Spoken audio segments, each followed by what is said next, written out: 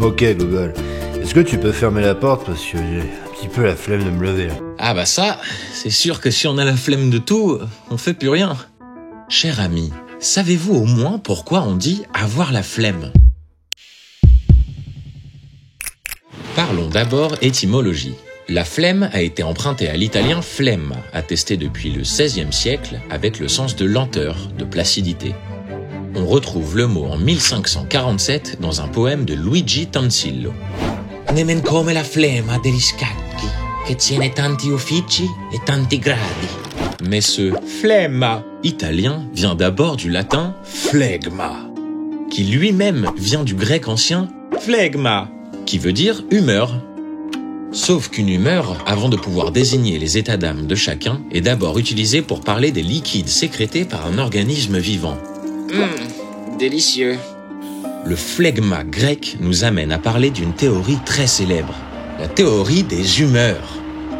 Mais non, pas ces humeurs-là.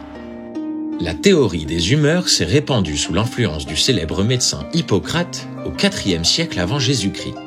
Coucou. Selon sa théorie, il existerait 4 humeurs correspondant aux 4 fluides du corps humain. Le sang, la bile jaune, la bile noire et le flegme. Chaque humeur aurait une influence différente sur notre corps et nos comportements.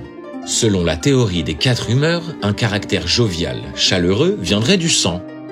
Ah là là là là, il fait si beau aujourd'hui, le soleil brille, qu'est-ce que je suis jovial. La mélancolie, elle, viendrait de la bile noire. Je ne comprends pas le sens de la vie. Je ne sers à rien de toute façon. La colère et la violence de la bile jaune. Ouais, c'est bon, de toute façon, vous m'avez tous saoulé là, vas-y, c'est bon, je me casse. Et enfin, une personne avec un déficit de flegme souffre d'un manque de dynamisme, d'entrain. Bref, c'est une grosse feignasse. Ah, qu'est-ce qu'on est bien là, rien faire. Cette théorie extrêmement populaire en Occident a inspiré la pratique de la médecine jusqu'au XVIIIe siècle. D'ailleurs, on dit toujours aujourd'hui de quelqu'un de jovial qu'il est de bonne humeur. Il fait si beau, je suis de bonne humeur. On abandonne peu à peu la théorie des 4 humeurs pendant le XVIIIe siècle. Salut. Le mot flemme assoit alors son point de vue imagé qui signifie paresse. Dans un livre sur la vie de Marie-Victoire Monard, née en 1777, il est écrit « Mais malheureusement pour moi, elle avait le caractère flemme et par conséquent tout l'opposé du mien ». À partir du 19e, les mots flegme et flemme, qui partagent la même origine, vont avoir des destins bien différents. D'un côté, flegme va désigner une personne dotée d'un caractère calme, pleine de sang-froid. Flegme avec le G est donc plutôt un compliment. Merci. On le lit d'ailleurs chez Balzac en 1834. Il marchait avec un flegme égal, soit dans les boues de Paris, soit dans le cristal des ruisseaux champêtres.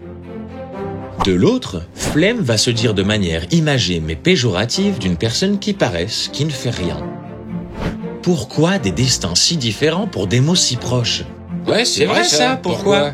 C'est l'un des mystères de la langue française. Esperluette, cécédille, virgule, pot au feu. Mais l'hypothèse la plus crédible serait qu'avec le temps, on a tout simplement rangé du côté noble la version savante du mot, flegme, formidable. et du côté péjoratif, la variante populaire, flemme. Ah bah, sympa, merci. Plus tard, on retrouve la flemme chez le grand Émile Zola. Ah zut, le singe pouvait se fouiller, il ne retournait pas à la boîte, il avait la flemme. Au 19e siècle, l'expression « avoir la flemme » se retrouve aussi sous d'autres versions, comme « tirer sa flemme » ou « battre sa flemme ». Dans Les femmes d'amis, Georges Courteline fait dire à l'un de ses personnages « N'ayant rien de mieux à faire, je tirais ma flemme au dodo ». Avoir la flemme a conservé le sens de ne rien faire ou de remettre à plus tard. Et quel meilleur ambassadeur de la flemme que Gaston Lagaffe ? Son créateur, Franquin, explique dans une interview de 1970 « J'ai créé Gaston pour me reposer au moment où je butais sur Spirou. Je l'ai créé pour illustrer ma flemme. » Ce qui nous amène à la conclusion de cette vidéo. Ah, une conclusion. Alors ? Bah, on avait bien une chute, mais... Mais quoi ? Enfin, Vous voyez quoi, on a eu... La flemme!